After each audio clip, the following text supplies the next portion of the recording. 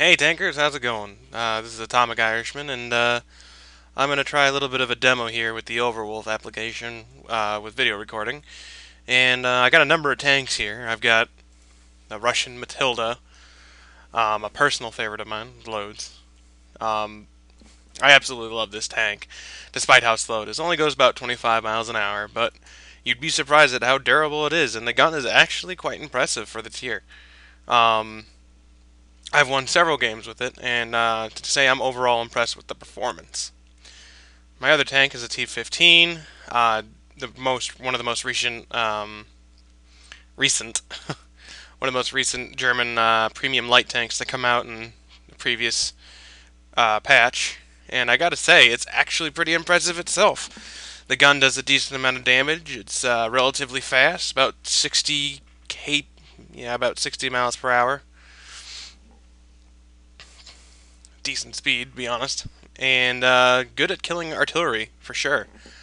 The only quip I have about it is that you can't get additional grousers on it, which means it loses mobility over certain types of terrain. But that's okay because I've put a number of other things on it, like the crew class module, um, load bearing support, and it's also pretty durable, taking quite a bit of hits from other vehicles without losing anything in particular.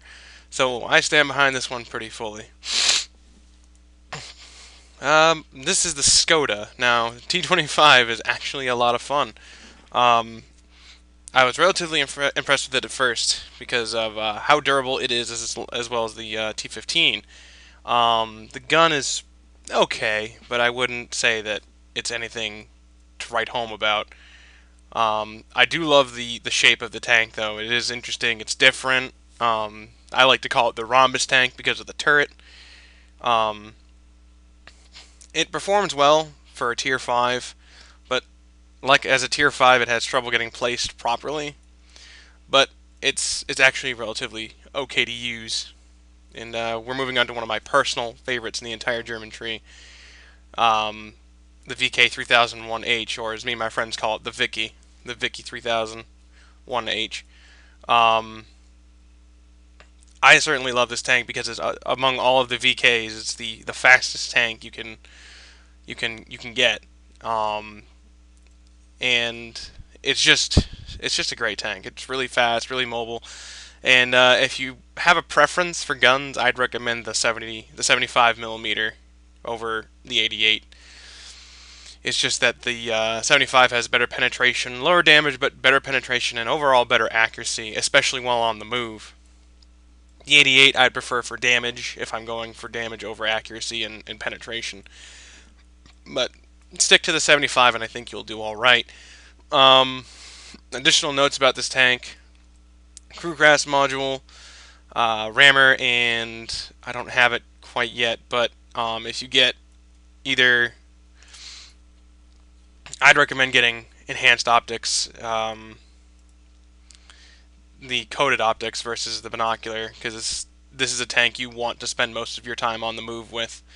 Apart from that, it's actually a pretty good tank, and I recommend it. Now, I've only got my crew to 80%, but that's because I didn't have the money at the time to get them all to 100. Um, well, and that's that about that tank. I have all the modules researched, and the best part about having a tier 6 is that when you get it elite, it's a good money maker. Good credits, too. And this is the most recent addition.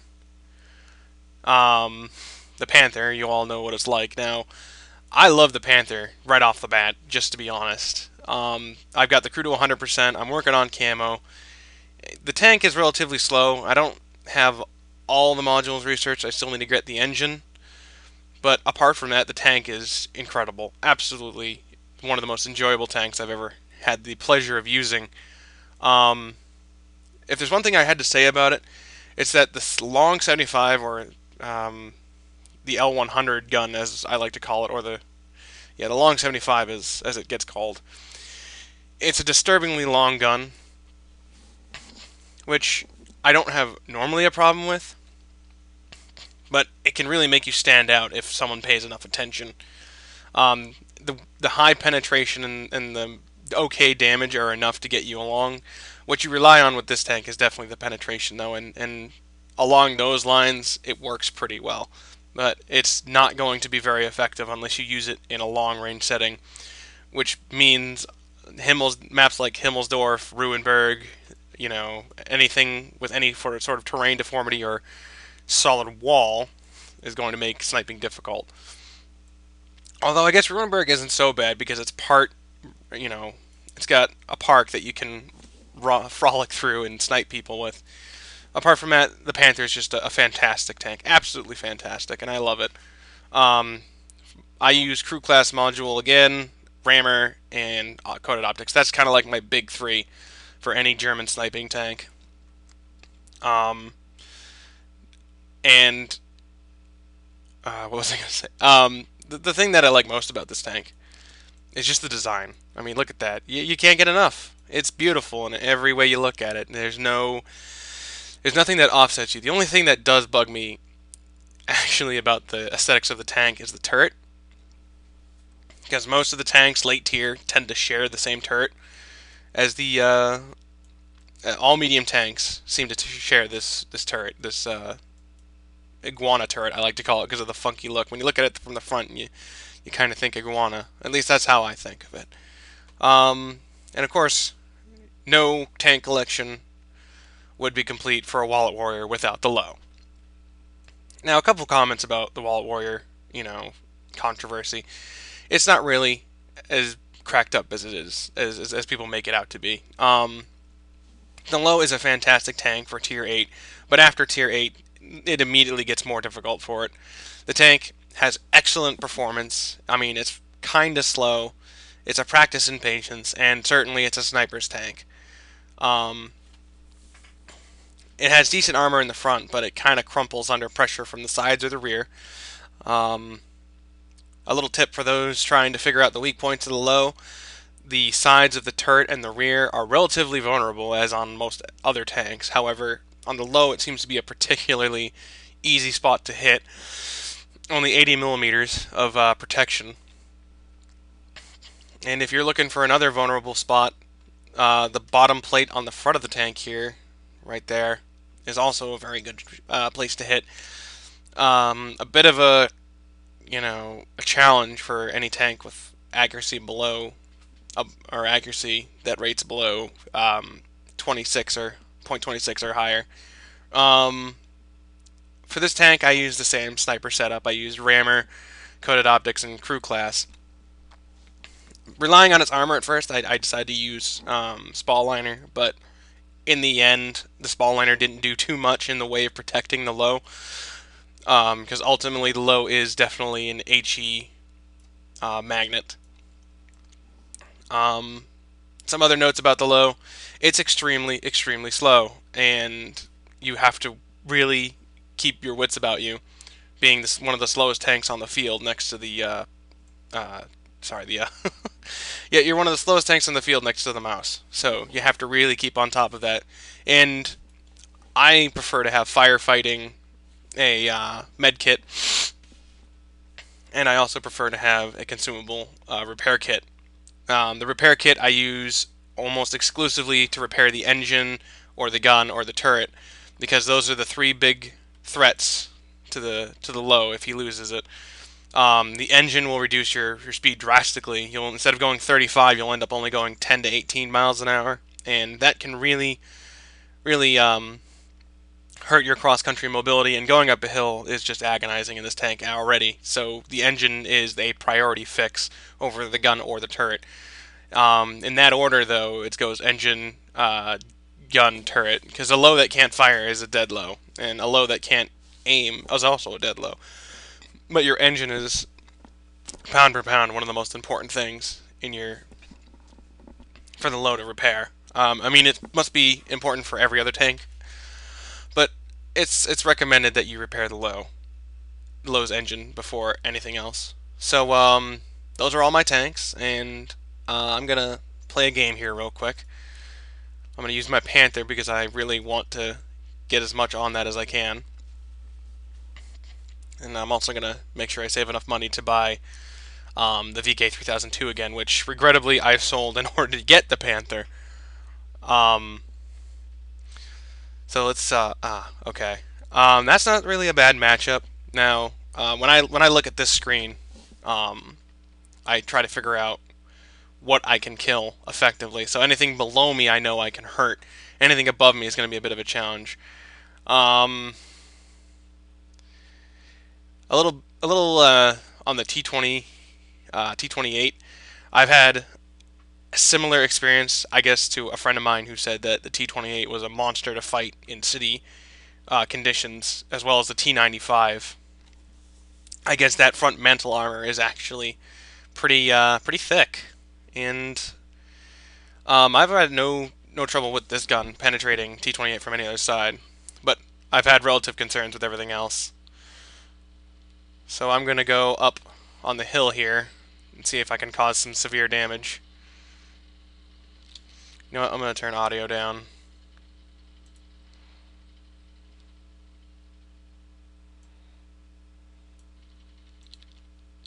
There we go. That's better. Now the video recorder seems to be a bit laggy, but I think I can deal with it. And I get about 22 FPS. So here's what I'm going to do. I'm going to set the graphics to medium just so I can...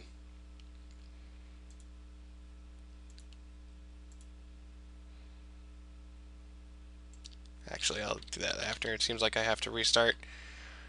So for now, I'll suffer. This is a labor of love, and I'm hoping to get started on a YouTube channel soon enough.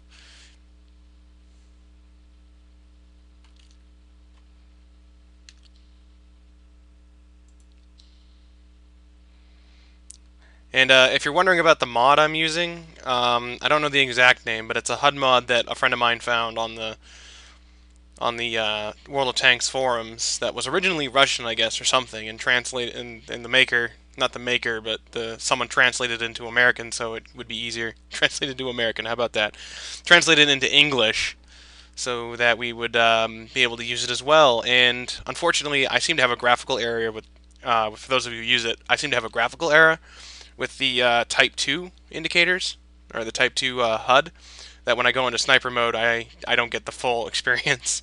So I just use Type 1, and that gets by relatively easily for me.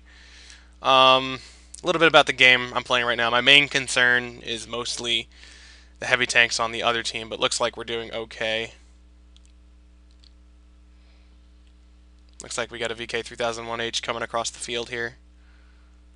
See if I can nail him before he causes any more harm. There we go. Off to a good start. Just start hammering down on him. Throw an HE on him.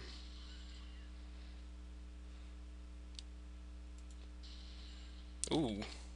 Let's cycle back to armor piercing. Well done. Somebody else got the kill, but that's okay. Another thing on kill stealers. I mean, guys, come on. This is a team game. We should be working together, and, you know, any amount of damage that's done to a tank is collectively towards victory. Wow, looks like we're just rolling through. And don't worry about people taking kills. Whether they're on fire or burning, you know, a dead tank is a dead tank, and, you know, that's one tank towards victory. So you should never really ever be concerned about someone stealing a kill. What else is there to share? Looks like so far we're just charging on through. See what I mean about the turret? I mean, even the Panzer IV has it, for Christ's sake.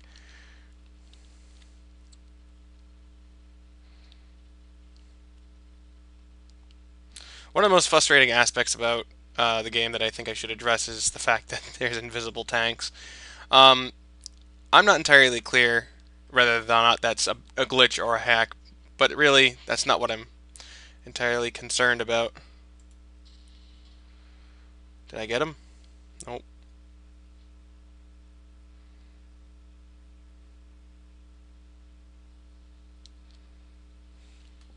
Oh, there's someone behind us.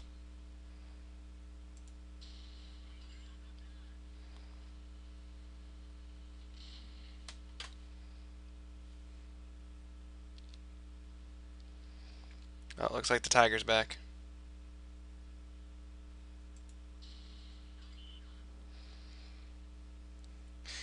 I haven't had a chance to really fight the tiger a whole lot, Tiger P anyway. And my assessment of it is that it's a faster, and I guess Tiger P would stand for Porsche, obviously, being that it's German. Um, it's not really a tank I'm generally impressed by, and as you can see here, it seems relatively easy to kill as opposed to the other Tiger. So we'll just see if I can get a last second kill before the win. Nope. Oh well. Um, looks like it was just a straight roll, so I won't really call it a good game. I mean, that was kind of dissatisfying that we just won this quickly. And let's see, personal achievements, damage 3. Didn't get sniper, and didn't get anything. Oh well. At least I got 909 experience, 24,780 credits, and only took 1,213 credits worth of damage. So that was a fun little game, wasn't it? That went a little bit better than I expected most of my games usually go. So, that's it for now, and I hope you enjoyed this video, and hope to see you on the battlefield.